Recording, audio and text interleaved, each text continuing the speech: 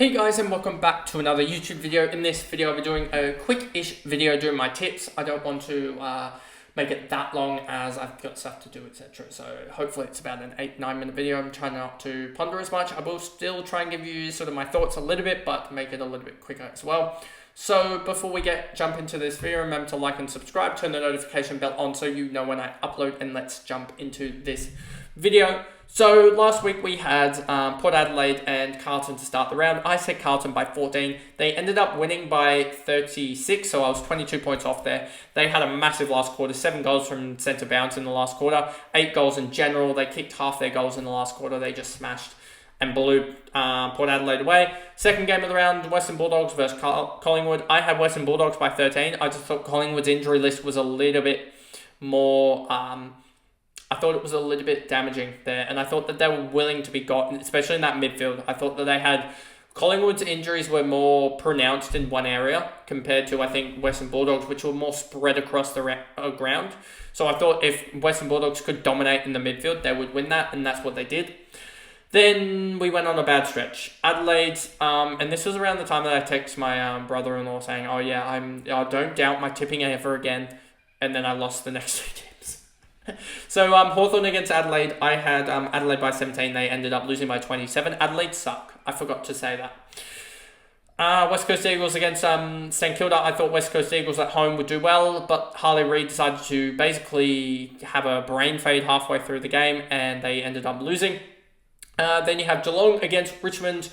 Geelong, and so yeah, I had the West Coast Eagles winning by 18, and they lost by 14, so I was 32 points off there. Then you had Geelong versus Richmond. I had Geelong by 25. They ended up winning by 30. But this was in major doubt. Major doubt. Then you had the Sunday games in Melbourne. Melbourne. What in the world happened? They lost by 92 points. I had them winning by 9. That's a 101 point difference. Oh well. Then you had Gold Coast winning at Gold Coast. That was an obvious one. We knew that would happen. And I had them by 17, they won by 11. I was 6 points off there, so a really good tip there in general. So yeah, that was probably one of the more obvious tips of the round. I guess that and Geelong as well were probably the 2 obvious ones. Anyway, and I mean West Coast. I think a lot of people actually tipped West Coast in that game. But anyway, let's move on to the games of this round. We have, first up tonight, Adelaide against Richmond. And I think just because of the Richmond's injury history, you just got to go Adelaide. I'm going to go safe with Adelaide. I think they will sort of have a rebound a little bit. I think Jordan Dawson's fit enough.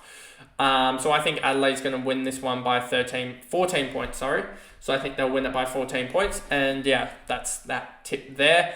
I do think Richmond, Richmond do have a returning cast of Tim Taranto, Dion Prestia and Shea Bolton. So I think it'll be close, but I think that just weight of numbers and having to use... I don't even know who they'll use in the forward line. They may even go small. So we'll see with that. Western Bulldogs against Brisbane. This would be typical Western Bulldogs to beat Collingwood. Lose to Sydney, but be one of the best teams to play Sydney this year. GWS beat them convincingly. Beat Richmond convincingly, lose to Hawthorn in a tight game where Hawthorn are actually proven that they're actually a good team. So they've had a really good last 5. Brisbane have had a tumultuous last 5. But it would be totally Western Bulldogs to lose this game, wouldn't it? So I'm going to go with Western Bulldogs, but I'm fully prepared for them to lose this. I'm going to go Western Bulldogs by 15 points. I think Brisbane, I just think they need their leaders to stand up. Zorko didn't stand up 2 weeks ago. Neil's been having a pretty good run, but they need more out of Dunkley, more out of Danaher and Hipwood. If they're even not injured, to be honest. I don't think Hipwood and Danaher are injured. They do get Starcevic back, which could move Revel off back into the 2s, and Wilmot into the wing, which could get better for Brisbane. But anyway, the Saturday game, Hawthorn against GWS.